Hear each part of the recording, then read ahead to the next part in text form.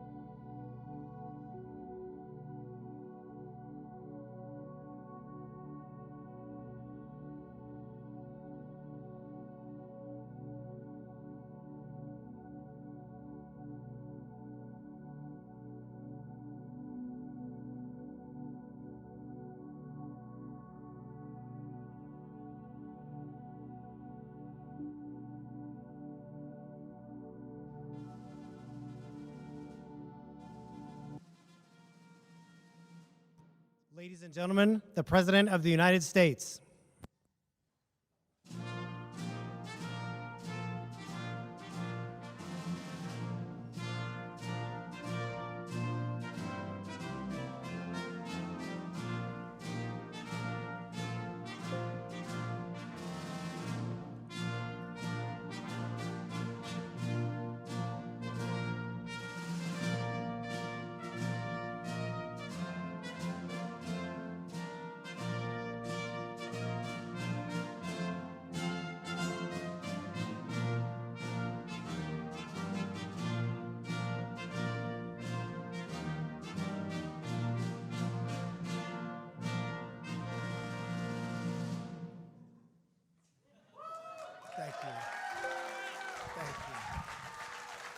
Thank you very much.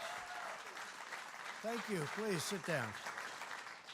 I want to thank you all for being here. Very special day, very important day.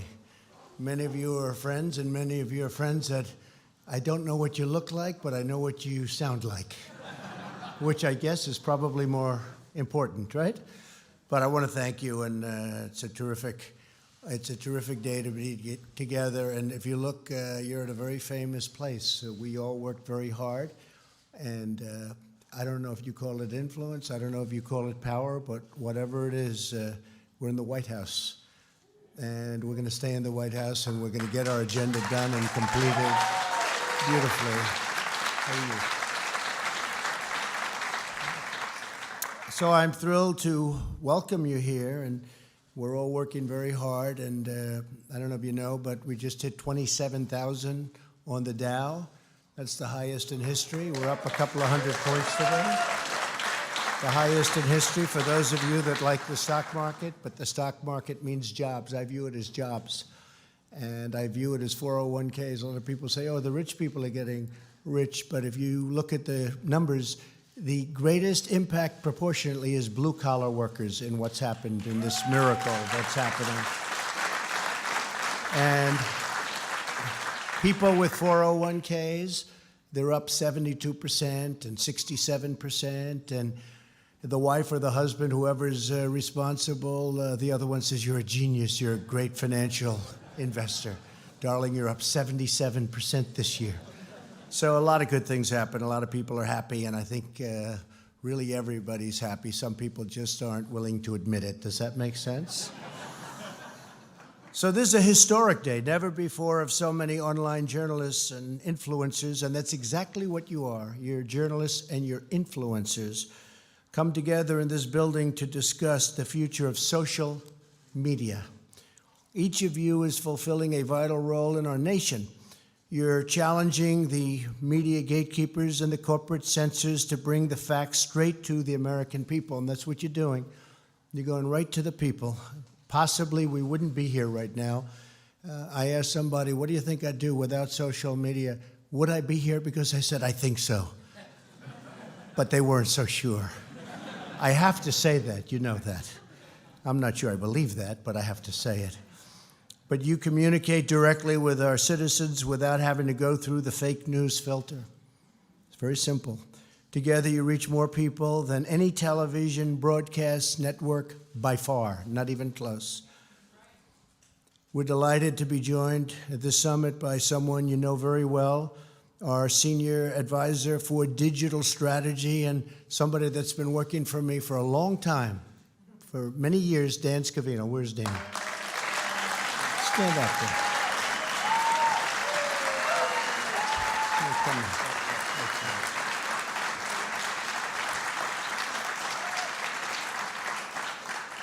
So long before we were even doing this, he was at a club, running a club and other businesses, and he was okay at doing it.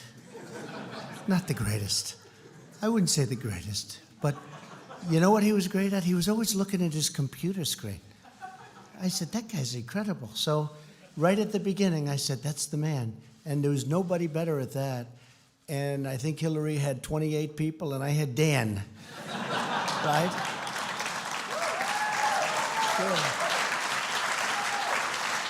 I had my Dan. And he works about 28 hours a day. And he works very hard. He doesn't work. I mean, he loves it. He loves it. And his imagination and really working with all of you and many of you, he'll come up with ideas and you'll come up with ideas and he'll run into my office and say, you got to see this. And a lot of times I'll go out and I'll spend a lot of money on a concept. I'll say, here's a concept. Come up with this and we'll hire these companies and they want a lot of money and they come back. Just happened the other day, right? I said, that's terrible. These guys have no talent. The people that have the talent are the people that we deal with. And it's true. And some of you are extraordinary. I can't say everybody, but some of you are extraordinary. The crap you think of is unbelievable. Unbelievable. So I'm going to go back to the basics of Washington. I'm going to introduce some of my secretaries. Steve Mnuchin. Steve, where's Steve? Steve has done a fantastic job. Wilbur Ross. Wilbur, we have a meeting in a little while on the census and citizenship. Can you believe? Are you a citizen of the United States of America? Sir, you can't ask that question. Why? Because the court said you can't. We have 3 very unfriendly courts. They fight us all the way. The judges don't like us too much, I guess. But think of that, Herman, think of that question. Are you a citizen? We spend, this is another thing that's so crazy, $20 billion on a census, $20 billion. They spend $20 billion. I said, $20 billion what? $20 billion on a census. They go through houses. They go up, they ring doorbells, they talk to people. How many toilets do they have? How many desks do they have? How many beds? What's their roof made of? The only thing we can't ask is, are you a citizen of the United States?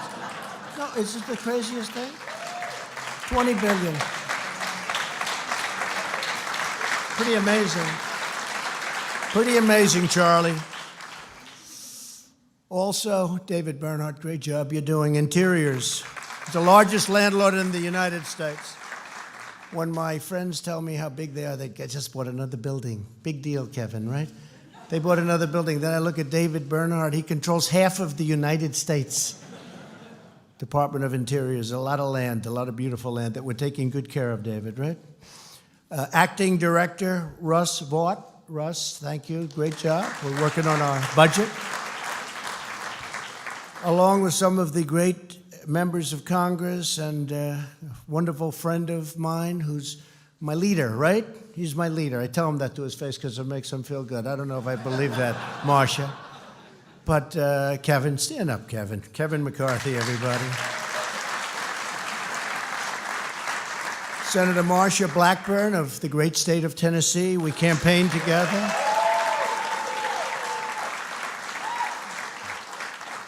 And she did, we can say it now, she ran against the most popular Democrat in the last 50 years. He really was great. Good man, right? And governor for quite a long time, 8 years. And she just didn't stop. 12 points. She was down by 10, and she won by 12. That's right. She was down by 10, and she won by 12, and she wouldn't stop. They just, every day, where is she? She's here, she's there. Fantastic job you did. We're proud of you. Well, thank you, honey. That's great. It was just, honestly, working with people that know what they're doing, it's fun. That was fun, and you know what you're doing. Representative Dan Crenshaw, who is very good at this, by the way, Dan. Very good at this. Really good. Thank you. It's great to have you in the party. And you have more courage than I do, Dan. Okay? That courage of yours is incredible. Thank you very much. Great job. A friend of mine and a wonderful person and somebody that has, I don't know, pretty unlimited future, I'd say. I hear a lot of very positive things. Liz Cheney. Liz, thank you. Thank you. And you know, I pardoned somebody named Scooter Libby. A lot of you don't know who Scooter Libby is. Scooter Libby is a man that got treated very unfairly. And Liz was right in the forefront of that one. And I said, what do you think, Liz? And you said, absolutely, he deserves it. And it's been a very popular pardon. He was treated very, very brutally and unfairly. So thank you for that help. Matt Gaetz, where's Matt? Where's Matt? Stand up, Matt. Boy, a great defender. He gets on television, and he's like, it doesn't stop. And he's smart, and he's good, and he loves Florida, and he loves his people, and he's a hard worker. And Matt, thank you very much. I really appreciate it very much. And Mike Johnson. Mike, thank you. Great job, Mike. And I want to thank a man who I said a long time ago when we said, let's do it, because Josh Hawley is special. He is somebody that, I said, Josh, you got to run. Well, I don't know. You know, he had a good setup pretty well, right? You weren't going anywhere. He could do whatever he wanted in his great state. And I said, I'm telling you, you can do it. And she turned out, she's a tough candidate. Whether you like her or you don't like her, she's tough, right? And by the end of that, that was incredible. That was a hell of a race, and he won, and he's young and he's brilliant. And I'm going to ask him to come up and say a few words, if you don't mind, about what we're doing. And come on up right now. I think it would be a good time. Okay?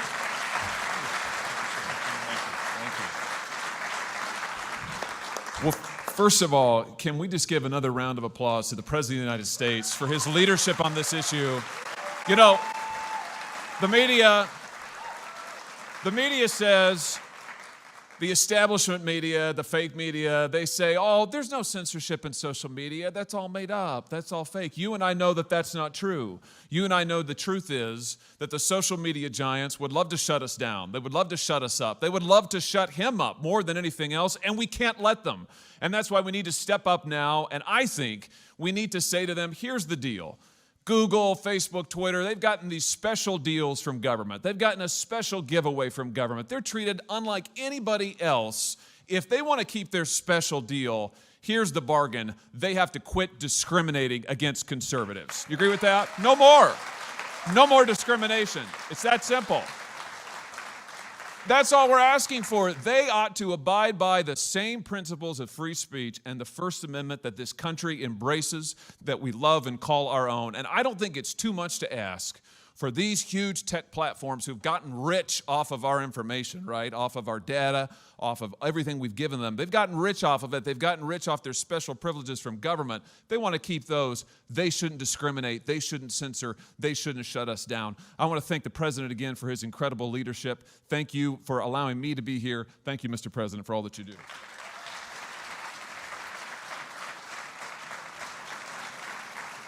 And you know, Josh is doing right now, he's doing some very important legislation because we have to do something about what's happening. I never hear about the other side. I can tell you, I think I'm pretty good at getting out a message, but technologically I would think I'm okay, just okay.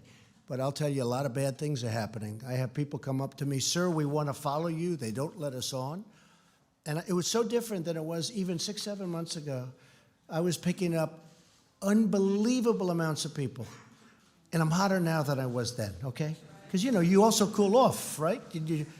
But much hotter, especially with a nice new stock market like it is, right? But no, I'm hotter now, and I go to Dan and I say, hey, what's going on here? It used to take me a short number of days to pick up 100,000 people. I'm not complaining. We're like at 60-some-odd million, but then we have 5 different sites. We have another site with 25 million. We have another site with 10 or 12. Then we have Facebook. Then we have Instagram. We have a lot. We got a lot of people. Way, way over 100 million. But I used to pick them up, and when I say used to, I'm talking about a few months ago. I was picking them up 100,000 people every very short period of time. Now it's, I would say, 10 times as long. And I noticed things happening when I put out something, a good one, that people like, right? Good tweet. It goes up. It used to go up, it would say 7,000, 7,008, 7,017, 7,024, 7,032, 7,044, right? Now it goes 7,000, 7,008, 6,998. Then they go 7,009, 6,074. I said, what's going on? No, it never did that before. It goes up, and then they take it down, then it goes up. I'd never had that. Does anyone know what I'm talking about with this? I never had that before. I used to watch it. It'd be like a rocket ship when I put out a beauty. Like when I said, remember I said somebody was spying on me? That thing was like a rocket. I get a call 2 minutes later. Did you say that? I said, yeah, I said that. Well, it's exploding. It's exploding. I turned out to be right. I turned out to be right. We turn out to be right about a lot of things. But I never had it. I'm just saying from the standpoint of somebody that maybe has used social media better than anybody, Josh, because I became president. I'm sure I could have done it, as we said, I would have, there's no question I would have done it either way. I said to Mark Burnett the other day, so I said, so The Apprentice, had I never done The Apprentice, because it was a tremendous hit, for 12 seasons, I said, had I never done The Apprentice, would I be president? He said, maybe not. And I said, I think I would have. But I'm always going to say that. I'm always going to say it. But it was a great show. But with social media, so I've never seen it before, where I go up and then come down, up, down, up, down. Now, ultimately, you get, but it goes very slowly. But I've never seen where it's subtracted. And I really believe people they're taking it up as it goes up. And sometimes it comes down substantially. A number of months ago, I was at a certain number, many millions. And then all of a sudden, I was down over 1 million. And then I came down. I said, what's going on? And you checked in, and you said, they say they are doing adjustments. They say they don't like some of the people. And I don't have the fake people. A lot of people buy people. I don't want to do that. Because first of all, if I did it, it's a front page story all over the place. But I know a lot of people, there's no question about it, because I see some numbers that are phony numbers where they have these, many, many millions of followers. And I say there's no way, because nobody has any interest in these people. They have now, Herman Cain, they have interest in, okay? But they have no interest in these people. They're playing games. They're playing games. James Woods, I don't know James, but he's an interesting guy, and he's a conservative guy. And he's a straight shooter. He's tough. But when they want to take him off, and other people like him, many in this room, some in this room, it's a very, very bad thing. So I have many millions of followers across various accounts, and together, everyone in this room, we reach over 500 million followers, and I think that's probably a low number, because one of the things I get that's a little benefit, I'll go watch, like I did Golan Heights. I gave Israel the real credit over, and Golan Heights and Israel, very important. But I gave representation in the strongest form of the Golan Heights, Israel. I talked about it, little quick tweet. They've been looking at it for 52 years. They've been trying to get it. They couldn't get it. They'd have many summits where people would fly in, talk about the Golan Heights, and then fly out. This went on many, many summits. It's about a 52-year period. I said, what happened? They said nothing. They'd fly in, they'd fly out. Some had beautiful planes, some didn't. Some probably didn't get there by plane, but they'd have many summits. I said, watch. I'm going to do this. And I said, we recognize the Golan Heights as being part of Israel. It was a big thing. I go, watch this. Boom, I press it. And within 2 seconds, we have breaking news. John Roberts of Fox was over. He said, we have breaking news. Please break it up. Doesn't matter what they're talking about, John, does it? He breaks it up. Now, that's Twitter. That's social media. I call Twitter a typewriter. That's what I really call Twitter, because it goes on to Facebook automatically, and it goes on to Instagram, and it goes on to television. More so Fox than it does CNN. If it's something bad, they'll put it on. If I have a spelling deal, they will put it on. Donald Trump spelled the word "the" wrong, He doesn't know how to spell "the." He spelled it Thi. They couldn't care. Any kind of a punctuation mistake, they put it on. So I'm very, very careful. I'm actually a good speller. But everyone said the fingers aren't as good as the brain. But it is true. And it's incredible what it does. I put out a social media statement. And I was telling Kellyanne the other day, I said, I used to put out like a press release, right? And people would pick it up sort of, next day, 2 days, they'd find it sitting on a desk. If I put out, we hardly do press releases anymore, because if I put out on social media a statement, like I'm going to in a little while, on something totally unrelated, but a very important statement, now they're going crazy. What is it? Tell me what. Watch. But it's very, very important. But if I put that out in a press release, I'm telling you, Kevin, people don't pick it up. It's me, same. If I put it out on social media, it's like an explosion. Fox, CNN, crazy MSNBC, they're stone cold crazy.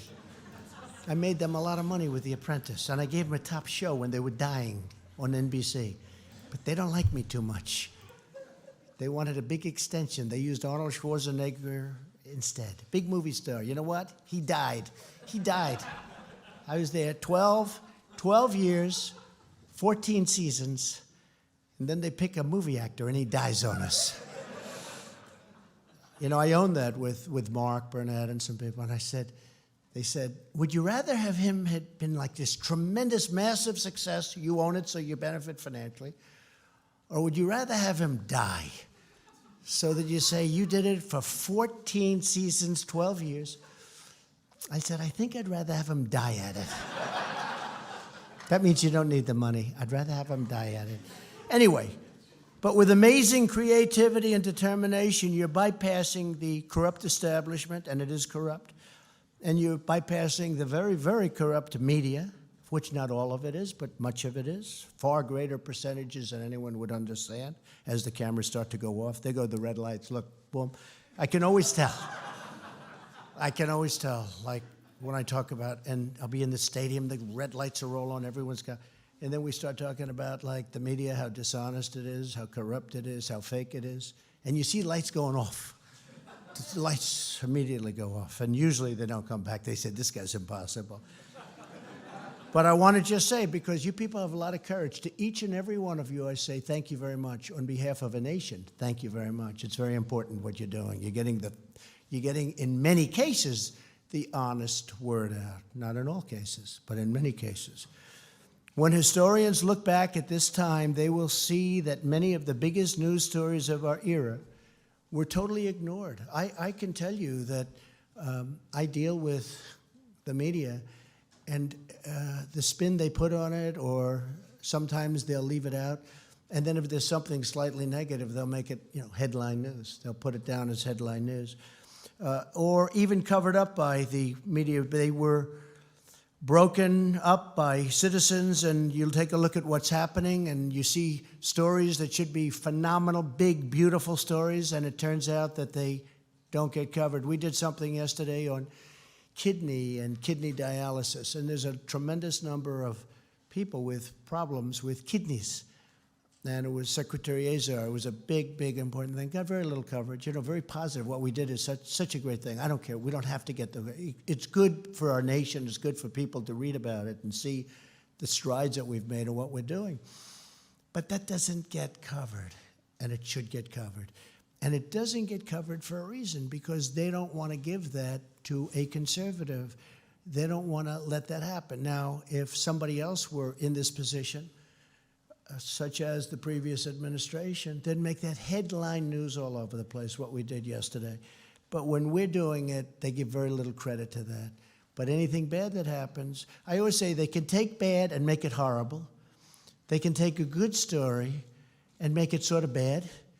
And they can take a great, great story and make it anywhere from good to slightly bad. It's incredible what they can do. I say I haven't had a good story in 2.5 years. I used to get great press. Steve Mnuchin knows. He said, man, you get the greatest press, until I got elected. Then it stopped. But I used to get the greatest press, possibly one of the reasons I'm here. But we're getting the word out, and we get it out in a different way. I didn't think it would have to, Charlie. I didn't think it would be this tough. And by the way, two very special people. I have to say hello to them. Because my wife said, I see these two beautiful women, African-American, incredible women that are on television. They are unbelievable. This is 2 years ago. She was before her time. They have no idea who I'm talking about. She was, our first lady said, you have to see these women. They're incredible. They're genius. And they like you. I said, I want to see them. And I like them. I love them, actually. I love them. Come.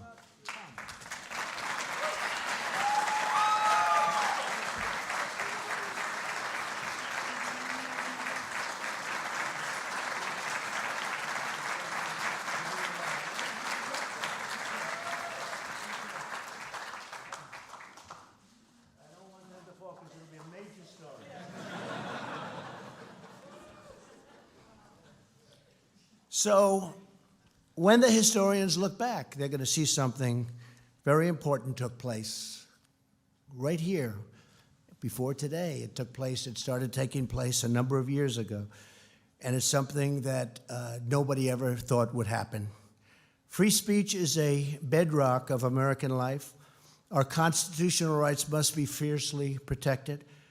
And I want you to know that we will always have your back. We're fighting for you very hard. We're going to be calling a big meeting of the companies in a week or two. They have to be here. And Josh is really leading a very strong group of people. This isn't just Josh. This is you leading a tremendous group, and they feel equally as strongly as you because they see the unfairness of what's happening. And remember, we won. We have a bigger voice than anybody, but we don't get covered fairly. Can you imagine if we were covered fairly? We had our best polls like yesterday, they were telling me. I said, could you imagine if I actually got good press instead of even fair press? I don't want good, I want fair. Can you imagine what those numbers would be? They make up stories, you know, the Russian hoax, I call it the Russian hoax, the witch hunt, all bad publicity, and yet we're doing great in the polls.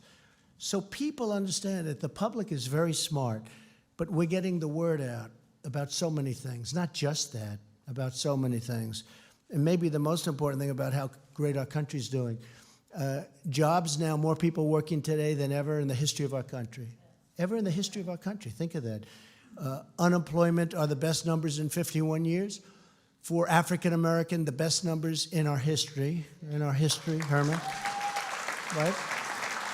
Including you. And you're making a lot, I hope. But Hispanic American, best numbers in history. All right? Stand up. Good. And I like your dresses, by the way, very much. No, not you, sir. You. Thank you. I saw you the other day. Fantastic job. But Hispanic American, the best in history. Asian American, the best in history. Women, I think, Kellyanne, the best in 75 years. Best unemployment numbers in 75 years. What we're doing, it's nothing like this has been done. Our military is now strong. When I took it over, it was depleted. We had planes that were so old they didn't fly. They'd have to go to the desert to get parts. When we took it over, it was not a good situation. We got $700 billion, then $716 billion, and we're going to be asking for another one this year. And it's all manufactured in the United States. We make it ourselves, and that's always good because that's jobs. Now, in this case, jobs aren't important compared to military defense, but we make the best planes and rockets and military equipment anywhere in the world, nothing like it. And we're doing something that's incredible. So our military is strong. Our country is really powerful and really strong. Never been like this. Whoops. How did a fly get into the White House? I don't like that. I don't like flies. I don't like flies. So I just want to tell you, just in finishing up, we had a terrible bias. We have censorship like nobody has any understanding or nobody can believe. When you see the Google executives together and one of their executives decides to put it on the phone, right? That's right. Thank you. Oh, there he is. Stand up, please. Stand up. How good. What a great job. Somebody said he's controversial. He's not controversial. He's truthful. He's truthful. That was a great job. That was one of many. Thank you. Thank you very much. Fantastic. So you know they're playing with a lot of minds, and they're playing unfairly. And the funny thing is that in theory, they shouldn't be liking the other side. They shouldn't be liking the other side. They should be really liking our side because we're the ones that want freedom far more. You see what's happening up on the debate stand. You see what they're doing to each other. You're seeing the hatred that they have up there. And it's a very different philosophy. It's a very different thought. And I'll say this, the election that's coming up is, I think, and you know, we talked 2016, and I would say maybe that's the most important, and certainly I said it, but what we're really fighting for, there has never been a difference of this candidate, our candidate, your candidate, against whoever it may be. There will never be anything like that, hopefully again, because what they're looking at is pure socialism, or worse than socialism. You know, there's a word called communism, too. There's a word called, they don't like to use it. Very rarely do you hear that. But there's a word called communism, and they're trying to get socialism over the line. But these people this is beyond socialism to a large extent. And I think that we're going to have a tremendous success. We had a sort of an opening rally in Orlando, Florida. We had 109,000, maybe more, I think it was 9, wanting to come. We were doing as much as we could to keep people not from coming. We have a 21,000 seat stadium, and then with the basketball court, it held many more than that. It was packed, and we had a similar number outside, and we had thousands and thousands of people that wanted to be there, and this was an opening. And you look at Biden, they say he had 600 people. That wasn't 600, that was 150 people. That was 150. That was a very small crowd. And even their big crowds, I mean, if they have 1,000 people, it's like a big crowd. We have enthusiasm that's far greater than the left. It's not even a contest. They don't want to say that. They never will say that. We had on the mall just the other day, 4th of July, a tremendous success. It was pouring. The weather was just, oh, it's beautiful in one way. They learned it was my real hair that day because I was drenched. Well, that is the one good thing. I ran and they learned it's my hair because I've been through every windstorm, sandstorm. Let's go over here. Let's go this one, that one, this desert. Let's go to this ocean and get out of the plane. Sir, the wind is blowing at about 70 miles an hour. I said, boy, it's got to be mine. But we've seen it all. We've seen it all. And I tell you what, more than anything else, I've met great people. I've met great people, dedicated people. And I think that the election coming up, Kevin, this is the most important election of our times. This is an election where our country's going to go one way or it's going to head in the direction of Venezuela. And that's what's going to happen. That's what's going to happen. This Green New Deal, and you know, I hate to speak badly of it right now because it's a little early. I spoke too early on Elizabeth Pocahontas Warren. I should have saved it. But, you know, so I don't like to go too early because I don't want them to change. I like the Green New Deal. I want them to keep going. I don't want them to make a, you know, the problem with this business, they can make a change, and immediately upon making it lasts for about a week. You look at, for instance, on the wall, Chuck Schumer was totally in favor of a wall, right, Liz? Totally in favor. Everybody, Hillary, everybody, they were all in favor of a wall just a few years ago. Now a wall is well, that's okay. They want open borders. They want people to pour in, including criminals, the worst criminals. They want people to pour into our country. Nobody can tell me that's good politically. Nobody can tell me. So all Americans, regardless of their political beliefs or affiliations, they've got a right to speak their mind. That includes them. That includes them, but they don't have the same difficulty. They don't get shut out. I wrote a few terms. I said to my son, Don, who's here, son, where are you, Don? Where are you, Don? He's very good. Kimberly, Don. People like Don, I tell you. Good, thank you, Don. But we wrote out a few. Shadow ban, 100%. You look at what's going on. You know, I could go, the blocking, just the basic blocking of what we want to get out. The fact that they don't let them join, they don't. There's no doubt in my mind that I should have millions and millions. I have millions of people, so many people I wouldn't believe it.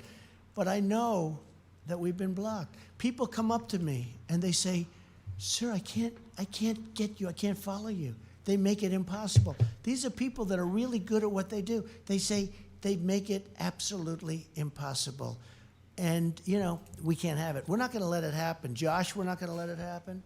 And, you know, if they did it on both sides, if it were done to the other side, to the other group, and I'm representing everybody, I do. I represent everybody. I fully understand liberal. I fully understand Democrat. We want to get along. We want to make sure that everybody loves each other if that's possible. And maybe, I really believe it is. Someday it will be.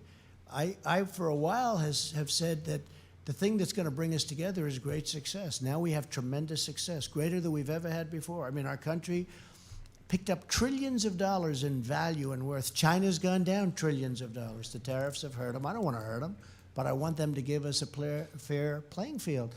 But China's gone down trillions. We've gone up not billions, trillions. We've gone up in value and worth. I want everybody to do well, but they've got to treat us fairly. They've got to everybody has to be treated fairly. Their side, our side. We all have to be treated fairly. And, you know, the farmers say, we just want a level playing field, sir. I love the farmers. They're patriots. And China, as you know, targeted the farmers because they think they could get to me by hurting the people that I love and that we take care of.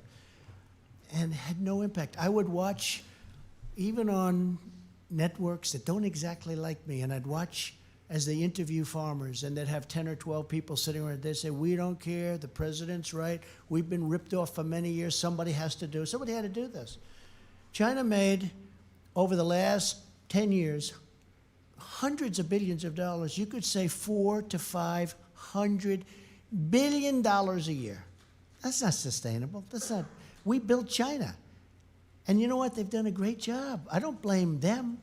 I blame our former presidents and the leaders of our country for allowing this to go on. Ever since the World Trade Organization opened up, they allowed this to go on. They allowed hundreds of billions of dollars a year to be taken out of our country and to be used to rebuild China. So those days are over. So right now they're paying 25% on $250 billion. A lot of money coming in. You know, we had a 3.2 GDP for the first quarter. Everyone's saying, I wonder how that happened. Because first quarter is the weakest quarter, always, almost always. And we had like this great quarter. But I don't consider 3.2 great. I consider much higher.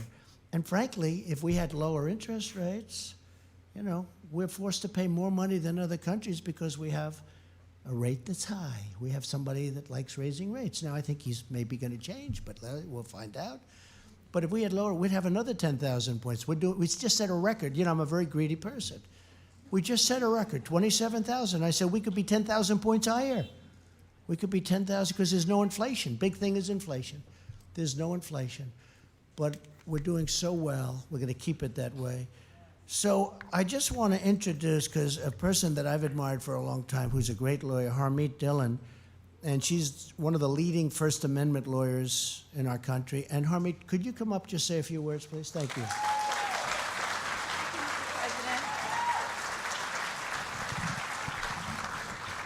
Thank you, Mr. President. It's a tremendous honor to be here with a lot of people who I really respect and admire. The corrupt establishment that you talked about and the mainstream media have told a lot of people in this room that the social media censorship and the banning that we're experiencing is all in our heads. They're gaslighting us with this lie. Let me tell you about a couple of people I represent in my law practice and the civil rights work that we do. David Horowitz is a great American who's a supporter of yours and has been in the movement for many decades. Well, Twitter abruptly deplatformed him one day, took him off, said he was banned, and then he complained, and then they let him back on. And then the next day, they did the exact same thing to him.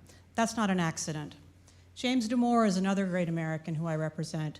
Mr. Damore complained internally about Google's discriminatory practices against conservatives and pushed for more balance. Not only was he fired for daring to do that, but then these social media platforms used their platforms to humiliate him publicly, weaponize their platforms, and make sure that he could not get a job in Silicon Valley. That's a disgrace. But it goes beyond that. These social media CEOs have come to Congress, in front of many of these members of Congress here, and they've lied about what they do. They've lied about the data theft. They've lied about the media manipulation. And they can't get away with that. Now, Senator Blackburn knows from what happened to her on Twitter that these companies are trying to stop the ordinary men and women who you represent from hearing their voices. I'm very concerned that they affected the outcome of the 2018 election, and if we let them do what they've been doing, it's going to affect the outcome of the 2020 election as well. So, Mr. President, thank you so much for inviting everybody here to talk about these issues, and we're all behind you joining the fight to make sure that every American's voice is heard. Thank you very much.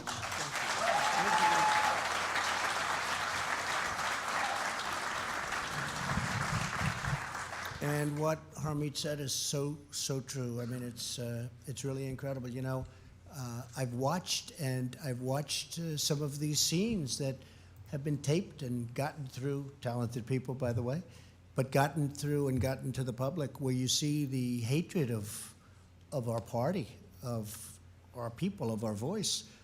And you say, that's the collusion. It's a collusion between the Democrats and the media and social media and these platforms. It's a disgraceful thing. And another thing, I believe you're representing a young man who just got slugged, viciously slugged. I think it's a disgrace. Do you ever notice they pick on certain people? I mean, he would tell you he's not the toughest person in the world physically, right? They don't go after bikers for Trump. You ever notice that? They don't go after our construction workers who love us. They don't go after the police. They don't go after, we have incredible people. You know, we're the elite. They say they're elite. You know, do you ever hear this? Hey, I live better than all of them. Great education, the greatest houses, but I guess I'm not elite. They live like in the basement of their mom's home. Their arms are this big, look, like this. But they have the black masks on, and they have sticks, and they hit people. They hit people in the face, in the head. This Antifa. But you ever notice Antifa is never there when we have a bikers rally?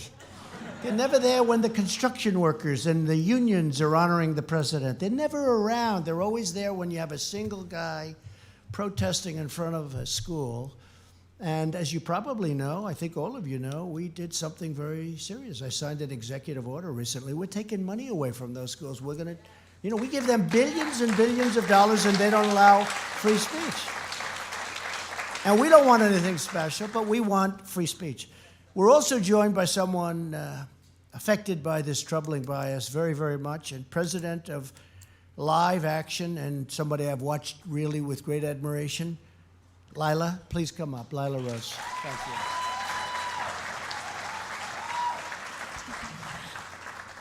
Thank you so much, Mr. President. It's really an honor to be here. Thank you for doing this important summit.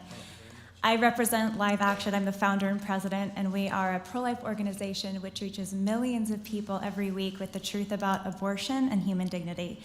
We have been for 4 years banned from doing any advertising on Twitter, and they told us that in order to reinstate our accounts, we'd have to stop calling for the defunding of Planned Parenthood and stop sharing our pro-life content.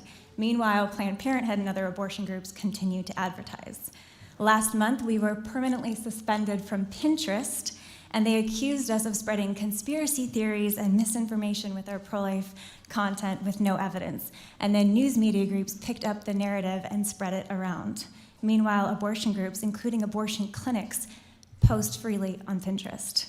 And then recently, our videos have been viewed more highly than almost any other abortion-related content on YouTube. But YouTube, we made it to the first page of search results, but YouTube buried our pro-life videos and boosted pro-abortion videos. So this double standard and bias is a growing problem in big tech. Even though they say that they are politically neutral and they don't discriminate, they even testified before Congress and said that. So thank you so much to the administration and to you, Mr. President, for holding this very important summit. Thank you. Thank you.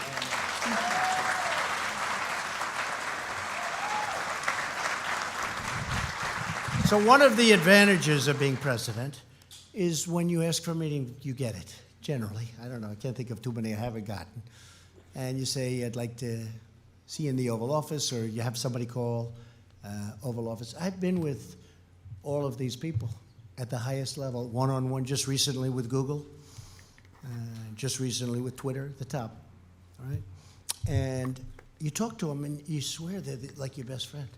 Oh, sir, no, we believe in freedom of speech. Oh, yes, absolutely. And we go out, he says, who said that? Must come from Queens. So it's very interesting to see that, and the level of, you look at them, the sincerity, and I say, that's fantastic, and they'll leave, and then I'll realize 3 or 4 weeks later, it's worse. It actually got worse. Because I say, look, I believe in technology. I believe in free markets. I believe in freedom of speech. I believe in all the things, and they are super genius. I tell you, I'm dealing with China, and they admitted there's nobody like Silicon Valley. There's nobody smart in that sense. Maybe not smart in other senses. I've watched some of them speak before Congress. It's not pretty. I say, I could do much better than that. But I tell you what, technologically, it's unbelievable what they think of. Even Dan and I, when we sat with you-know-who at Twitter, number one, we talked about certain things. He said, we could do this. I said, that's really, right, this is incredible stuff. China will admit there's nobody like these brains. But they're not using that brilliance, and they're not using what we gave them fairly. And they have to do that. And we don't want to stifle anything. We certainly don't want to stifle free speech, but that's no longer free speech. See, I don't think that the mainstream media is free speech either, because it's so crooked, it's so dishonest. So to me, free speech is not when you see something good and then you purposely write bad. To me, that's very dangerous speech, and you become angry at it. But that's not free speech. Somebody came to my office, I won't say who, but a very big person. And I said, okay, you don't like the term fake news, which I think I get credit for, but I'm sure if I said I get credit, they'll say 13 years ago somebody came up with the term fake. I think I get credit. I'd be very proud to take it, but I think I get credit. Now, by the way, the worst fakers of all are using fake news. I saw the other day on CNN, total fakes. I see on CNN, they go, fake news media has reported. No, they're fake news media. They've turned it around. They've turned it around. So I'm not going to allow, and Josh and all of us, we're just not going to allow it to happen like this. We're not going to be silenced. 2 months ago, we created a new White House tool to report social media bias, censorship, and discrimination. We saw you folks being taken off, and we fought on all of you, and many of you are back now. But many of the names, I won't mention your names, but some of you were taken off for absolutely no reason. I mean, in all fairness, some of you I could almost understand. I mean, some of you guys are out there. But even you should have a voice. But some of you deserve. Some of you. I mean, it's genius, but it's bad. But they take off people that, that you wouldn't believe. And we received over 16,000 responses just in a tiny little period of time talking about this subject. Based on the feedback that we're hearing from you, I'm announcing that we will ask representatives of the major social media platforms to join me at the White House over the next month, have a big meeting and a real conversation. We might want to invite some of you. I know, Josh, we're going to have you and some of the senators. And it's amazing how the senators, including Democrats in all fairness, which is probably because they know it can turn on them also. It can turn very quickly, but they want to come, so we'll let you know the date, okay? And today I'm directing my administration to explore all regulatory and legislative solutions to protect free speech and the free speech rights of all Americans. That's you people in this room and a lot of people out there. We have a lot of people. We hope to see transparency, more accountability, and more freedom. That's on both sides. I am not speaking for our side, assuming we're all, I don't even know if you're on our side. You could be some of the most liberal people in the world in this audience, and that's okay. I don't care. But we're talking about for everybody. Big tech must not censor the voices of the American people. To all of the social media influencers here today, you have a lot of power and you have a lot of strength, and you have to use it wisely. Many of you do, but you have to. I want to thank you once again for being here. You're very special people. You're very brilliant people in so many cases. I look around the room. I mean, I see people that really have almost found a new life over the last short period of time with this new technology. But this new technology is so powerful and so important, and it has to be used fairly. It has to be used fairly. So thank you all for being here. It's a great honor, tremendous honor. We're going to take a few questions, I think, and then I'll head out, and you're going to actually come if you want. You can come to the Great Rose Garden. You can stand in the rain with me. We're going to talk a little bit about the fact that we're not allowed to ask for whether or not somebody's a citizen on the census form, and I think we have a solution that will be very good for a lot of people. Really good. Okay, any questions? Please. Oh, there he is. There's my guy. Good Thank you, job. Mr. How's your new President. show going? Good? Very well, I thank you. heard good. Thank you. Yes, indeed. America First, Salem Radio Network, Sebastian Gorka.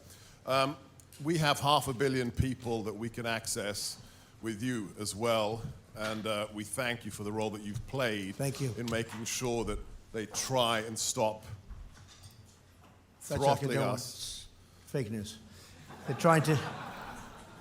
trying to divert your attention. What message would They're you... playing with your mind, Sebastian. That doesn't work with you too well. Let's go. Doesn't work with people in this room. What message would you have us send to our followers about what's being done to them and the importance of this issue for 2020? Because a lot of people out there who call into my show don't want to use their real name, are afraid of putting No, their no. views up.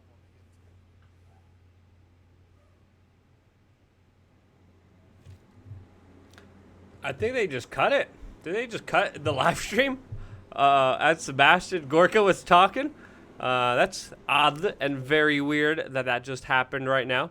But obviously, it still says that the White House is live, as Sebastian Gorka was asking a very easy question. I think that's one way of describing it. A very softball question saying, Mr. President, what can we puppeteer from you to our viewer? I mean, come on, it really is that the question? I mean, ooh, if I was there. Woo, woo, woo. Yeah, I don't know if the feed is down. Let's just give it a little bit more minutes because the Q&A is the most interesting part because what we saw is a lot of ego, a lot of boasting, not a lot of substance. I think there's no denying that. We're going to keep, look, the live stream is still going, so we're going to wait. Hopefully, they do come back, and if they do come back, I will be, of course, anticipating and waiting and breaking this all down. I'm going to do a full video. I'm going to do a full video about the social media summit right after this, actually. I'm just going to do it a part of the live stream. Oh, pardon me. Oh, God, guys. But we're still waiting here, of course, trying to see if the feed's going to come back or not. But regardless of that, yep, a lot of ego, not a lot of substance. I keep forgetting. I'm too relaxed in these live streams, and I'm like burping and like scratching myself. I'm also doing video game live streams where I play like Russian hard bass music on another platform. So I got to get used to. Okay, hey, all right. This is not playing video games. I can't just be all silly here. Got to be serious here. So we're going to do our best to, of course, be silly here. But it looks like the stream has been cut. So a lot of people are asking a lot of different questions. I'm going to get to your questions, of course, in a little bit here. But let me just start the recording really quickly. So right now, it looks like the social media summit has ended by U.S. President Donald Trump that had a lot of social influencers and social media personalities at the White House today. A lot of individuals, some of them that I know. And in this video, what I specifically want to do is give you kind of a full recap, a full breakdown, so you don't have to deal with the over hour-plus press conference that just took place right now. And I think it's very fair to say that there was a lot of boasting and not a lot of substance. I mean, Donald Trump went on about the economy. He went on about the census, China, his hair, Pocahontas, his likes, his followers, and twice mentioning that, people say that they can't follow me on, they can't follow me on social media. I'm like, what? Twice bringing that up. Spending a lot of time talking about how he announced that he gave Israel the Golan Heights region. He did make some valid points throughout the press conference. We're going to go over the valid points, the critical points. We're also going to go after, of course, a lot of the social media criticism from not only influencers, but also, of course, the mainstream media around this meeting. Because, again, a lot to break down here. All of this was happening, by the way, as Twitter was going through a major outage all throughout the United States and many parts all around the world, which is interesting to happen at that very particular moment. But I have to say, this was a very important time for the president to address a lot of key issues, to address the issues that platform access is a civil rights, that voices and access to speech should not be limited to discrimination. And in my own personal opinion, he failed to do that because he was congratulating himself too much, literally. In the beginning, he talked a little bit about the corporate censors and influencers being able to reach the people directly. Then he was really just ranting about other issues. And we have to understand here, this is far beyond than what Donald Trump kind of talked about here and how he tried to frame this issue. He tried to frame this as a left and right issue. There are some substantive facts to support that, but in reality, when we look at the online censorship that's happening, predominantly what's happening here is the establishment versus the anti-establishment. We have a wing, what I believe to be the right-wing establishment, taking their supporters, people who, of course, don't criticize Donald Trump, invite him to the White House, cheer on the larger culture war in his favor.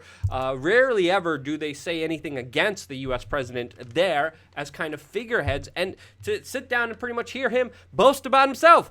And again, we have to understand when we're watching YouTube, we're watching what YouTube wants you to watch. YouTube controls not only the views, the likes, the dislikes, the comments. They ultimately decide what is popular, what grows, and what does not grow there. Now, it was interesting to see some of the attendees there. I mean, obviously, James O'Keefe was there, Ali Alexander, Will Chamberlain, Mark Dice, Tim Pool, PragerU, Joy Villa, an abortion rights group, which was able to actually give a long talk. But, I mean, Joy Villa was out there dressed in her, as some would call it, best Donald Trump dress, which was interesting, but to me really would have been interesting to specifically talk about Julian Assange, Iran, but that's all my own personal opinion. He brought up a guy that I think his name was Josh Hawley that brought up some good constructive points, but again, a lot of it, prove me if I'm wrong, was about me, my followers, my likes, I did this,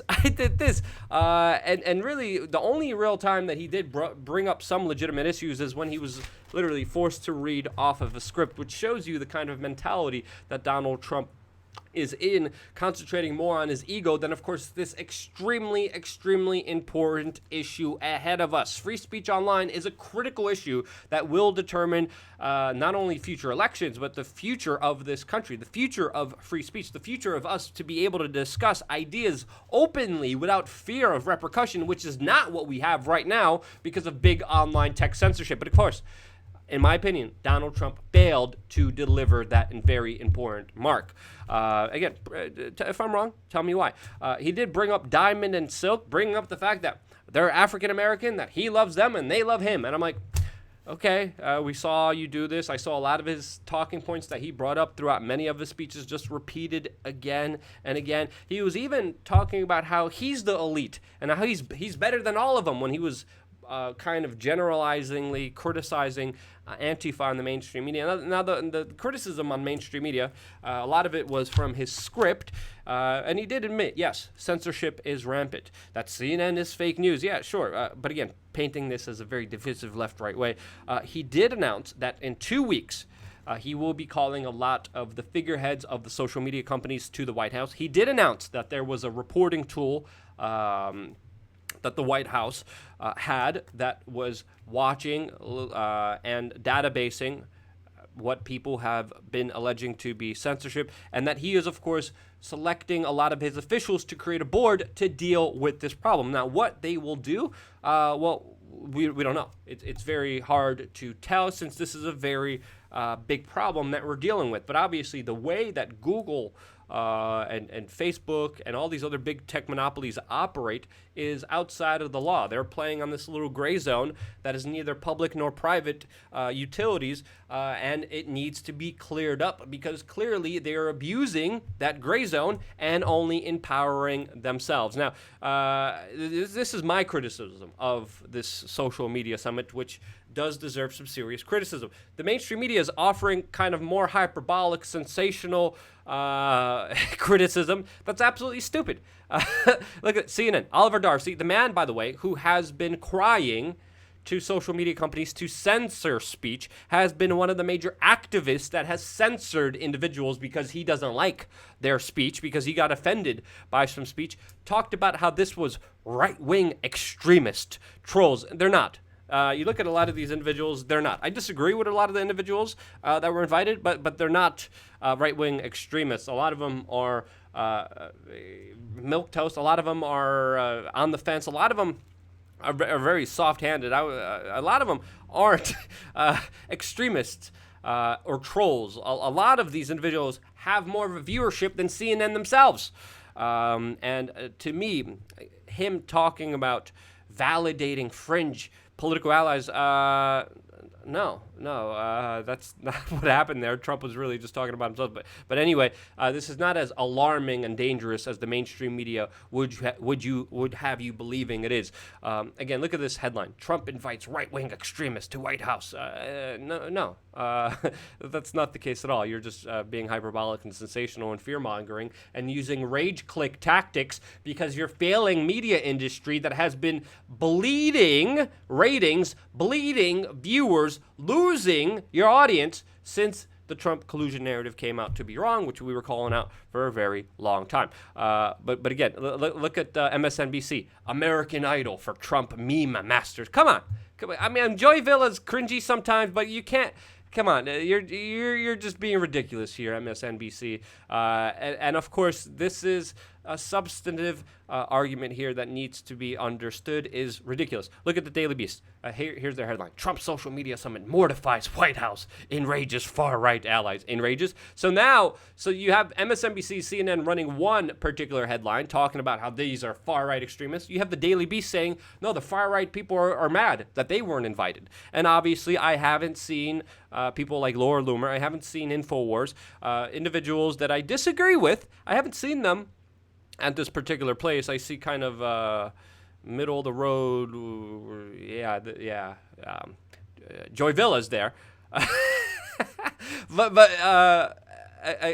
Again, it's just absolute nonsense that the mainstream media is trying to portray here. We're screwed either way. Everyone's losing their mind here. CNET is complaining that this media summit didn't include Facebook and Twitter. Well, obviously, they're going to be announcing that Facebook and Twitter will be going to the White House in about 2 weeks. Again, a lot of ridiculousness, a lot of bull crap and hooey, a lot of egotistical cheering on of wanting to win political brownie points instead of talking about the truth.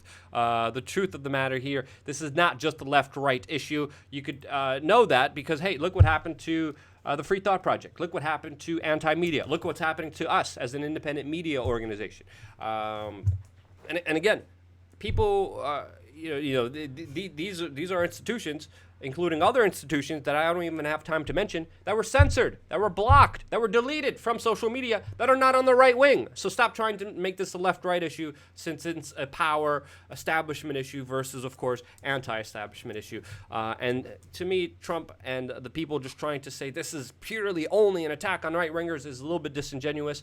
There are a lot of right-wingers that do get hit predominantly. There's no denying that at all. But we need to make sure that when we push through this issue, we push through towards a solution that works out for the benefit of everyone. I do not want a sitting government deciding and regulating what speech is okay and what speech is not. We have the Bill of Rights. We have the First Amendment. Let's play by that. Facebook doesn't want to play by that. Facebook is okay with people inciting violence against the people that they don't like and the mainstream media doesn't like. Everything is flipped upside down. And again, I don't have hope in a lot of the boasting. I don't have hope in the mainstream media. I don't have hope in social media. I have hope in the individuals understanding this, getting to the bottom of this, and informing everyone else, sharing important videos like this, and getting the word out there that this is not a left or right issue. This is an issue that is far, far more important than could be handled by any individual institution,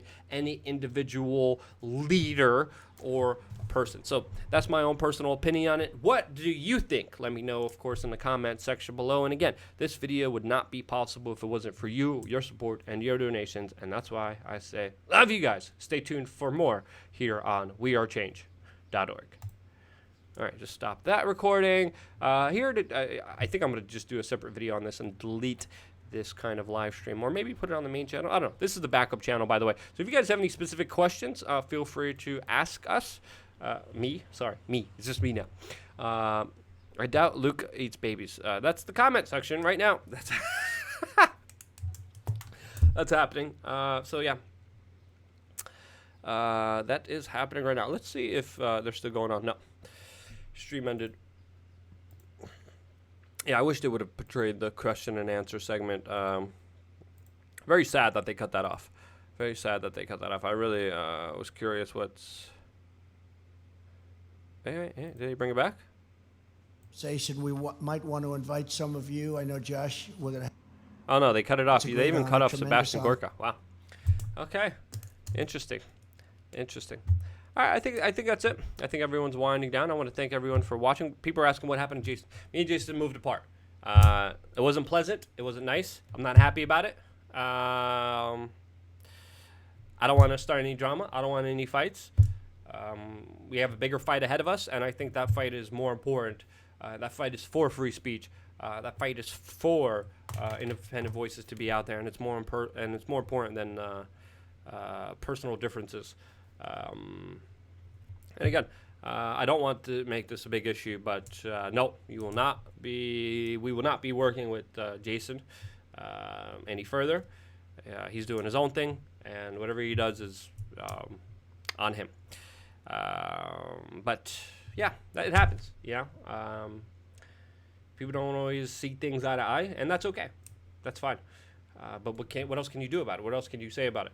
Other than just, hey, let's make it less about ego. Let's make it less about personal bickerings or hurt feelings. My feelings are hurt around the whole situation.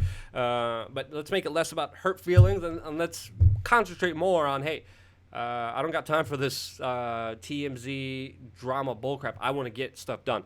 That's my personal point of view. This is why I don't start drama. Even when other people try to involve me in drama in this movement, I'm like, nope. See you later. Not playing your game. A lot of people use it to get a lot of attention, and it's kind of sickening to see that. So, yeah, there's a lot of things that I'm not going to bring up here that are very important. On that note, thank you guys so much for watching. Staying tuned. I think I'm going to do more live streams on this backup channel, and I thank you guys for being here with me. It's good to have amazing people part of this broadcast. Thank you very, very much. Stay tuned for more here on wearechange.org.